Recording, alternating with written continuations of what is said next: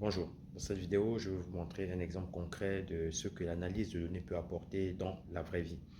J'ai trouvé une vidéo sur des courses et derrière, en fait, il y a un data scientist qui a récupéré, donc bien sûr au travers des capteurs que les coureurs ont sur leur corps, il a récupéré donc toutes ces données et il a pu guider deux athlètes en leur donnant des informations précises sur quand est-ce qu'ils doivent s'arrêter, quand est-ce qu'ils doivent accélérer, etc.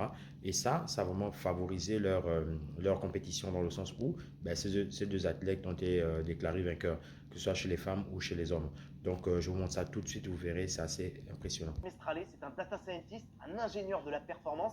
Il récolte en fait tout plein de data sur les entraînements, sur les courses. Il fait faire aussi tout plein d'analyses aux athlètes. Ensuite, il code à partir de ces données pour en extraire tout plein de conseils concrets pour les courses. C'est vraiment de tout comprendre, de modéliser un peu leur fonctionnement pour leur apporter les petits détails qui vont faire la différence. Par exemple, je leur donne des conseils extrêmement précis sur le parcours. Quand est-ce qu'il faut marcher, quand est-ce qu'il faut utiliser les bâtons et justement avec quelle intensité. Et ça qui leur permet en fait d'économiser leurs muscles des jambes et au contraire plus taper dans le cardio. Alors Joseph fournit aussi à ses athlètes un plan de pacing, c'est-à-dire des objectifs de temps très précis pour chaque partie de la course pour maximiser leur performance. Souvent, c'est un des grands problèmes, je pense, en ultra trail, on part un peu dans l'inconnu, on part à des vitesses qui sont trop élevées. Et en fait, qui dit vitesse trop élevée dit on va aller taper justement dans des réserves qui vont nous coûter beaucoup plus à la fin. Donc, par exemple, même si on part 3 minutes ou 10 minutes plus vite, on va le coûter en x3 à la fin de la course parce qu'on va justement venir abîmer son corps d'un point de vue physiologique ou même mécanique, musculaire. Moi, mon but, c'est vraiment en fait de réussir à comprendre comment est-ce qu'on peut partir à l'exacte bonne vitesse pour en fait ne pas avoir cette dégradation. Même si on a envie d'aller gagner, il faut aller à son propre rythme